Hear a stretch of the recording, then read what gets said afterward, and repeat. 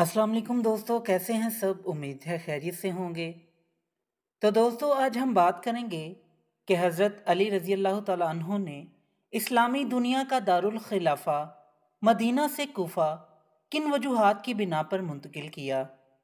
जानने के लिए वीडियो को एंड तक देखें और जिन्होंने मेरा चैनल सब्सक्राइब नहीं किया वो ज़रूर करें, ताकि इसी तरह हिस्ट्री से मुतल्लिक आपके नॉलेज में इजाफ़ा होता रहे। तो चलिए दोस्तों, वीडियो शुरू करते हैं।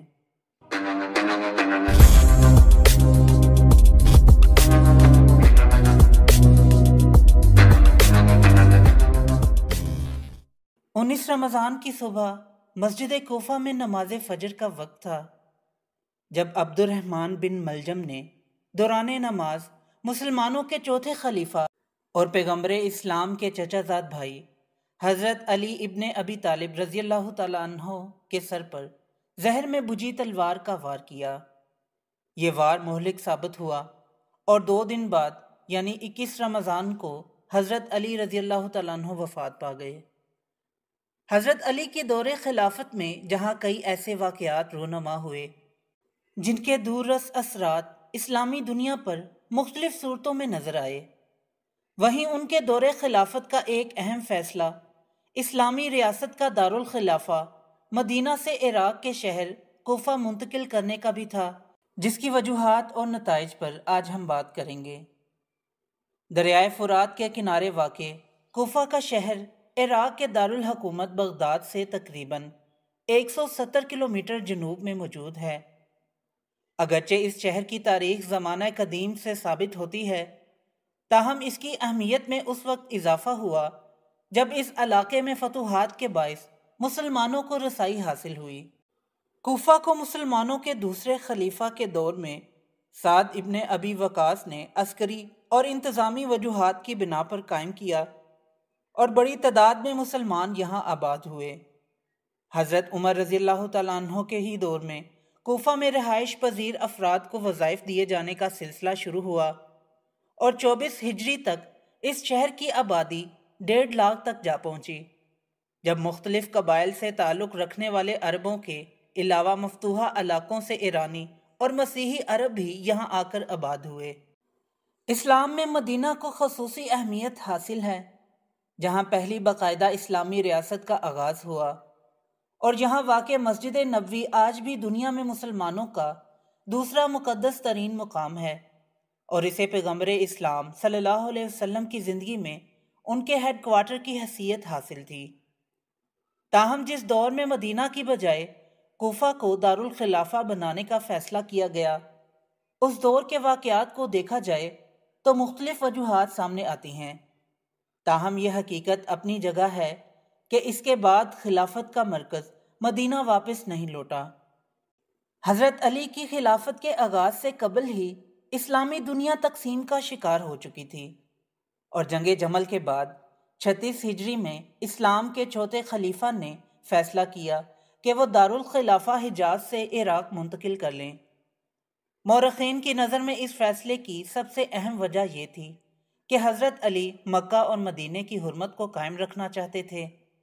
और चूँकि कूफा में इनके हामियों की तादाद ज़्यादा थी, इसलिए इन्होंने इस शहर को दारुल खिलाफा बनाने को तरजीह दी। मजहबी स्कॉलर सैयद इर्तज़ा अब्बास नकवी ने कूफा की तारीख पर किताब तारीख़ कूफा के नाम से तहरीर की है। इस किताब में उन्होंने इन असबाब पर रोशनी डाली है कि हज़रत अली रज़ी अल्लाह तआला अन्हु ने मदीने की बजाय कूफा को अपना दारुल हुकूमत क्यों करार दिया। वो लिखते हैं कि कूफा की अवाम ने सबसे पहले मालिक अश्तर की रहनुमाई में अमीरुल मोमिनीन के हाथ पर बैत की और अमीरुल मोमिनीन ने 36 हिजरी में अहले मदीना के 1000 जंगजुओं के हमरा कूफा रवाना हुए और कूफा में 12,000 जंगजू आपसे आ मिले। जंगे जमल में अक्सर कूफियों ने अमीरुल मोमिनीन की हमायत की थी और फिर हज़रत अली रज़ी अल्लाह तआला अन्हु ने इस शहर को दारुल खिलाफा करार दिया।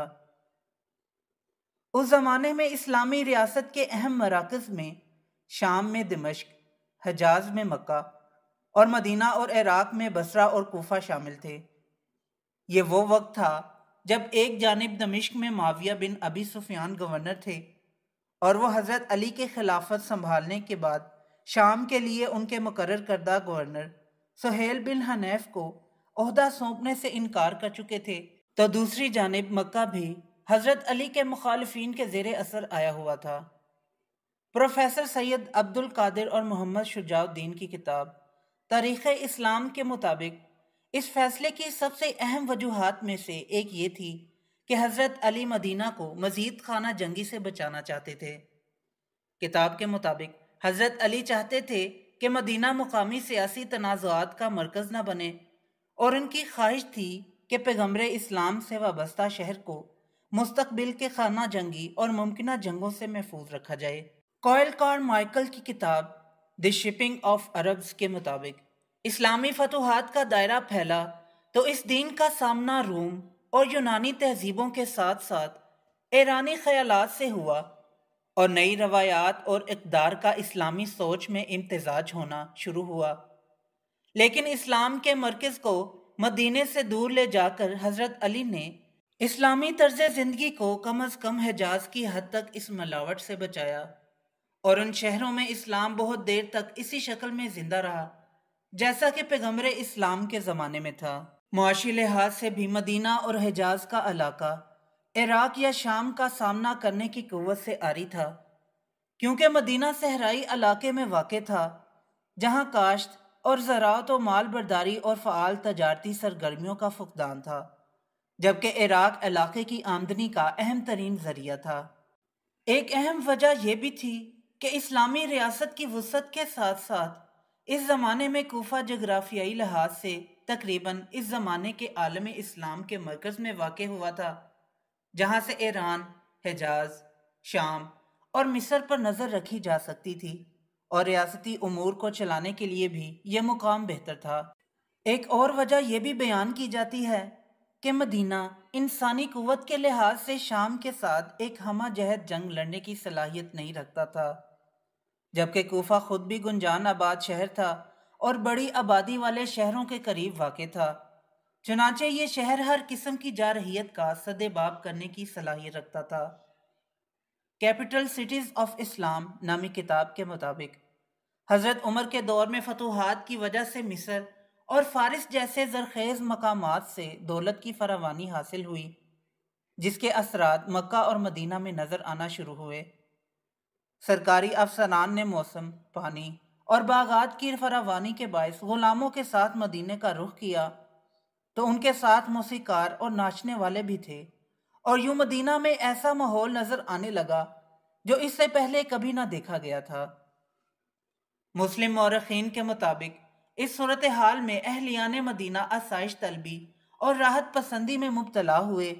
جبکہ دوسری جانب کوفہ وہ شہر تھا جہاں مدینہ سے منتقل ہو کر آباد ہونے والے پیغمبر اسلام کے اصحاب کی تعداد عالم اسلام کے دوسرے تمام شہروں سے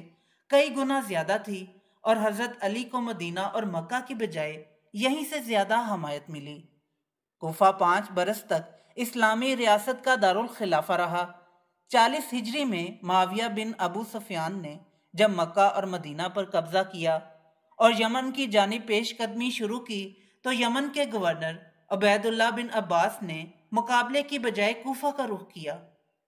حضرت علی کو ان بغاوتوں کی خبر ملی تو انہوں نے بھی مقابلے کے لیے لشکر روانہ کرنا چاہا، مگر ابھی یہ لشکر روانہ نہیں ہوا تھا کہ 19 رمضان کو ان پر اپنے ہی منتخب کردہ دارالحکومت کی مسجد میں جان لیوا وار کیا گیا، اور ان کی وفات کے بعد کوفہ سے بھی اسلامی حکومت کے دارالخلافہ ہونے کا اعزاز جاتا رہا اور مرکز حکومت شام منتقل ہو گیا۔ تو دوستو، یہ تھی آج کی ویڈیو پسند آئی ہو تو لائک ضرور کریں اور میرے چینل کو سبسکرائب کریں۔ پھر ملتے ہیں ایک نئی ویڈیو کے ساتھ، تب تک کے لیے اجازت دیں۔ اللہ حافظ۔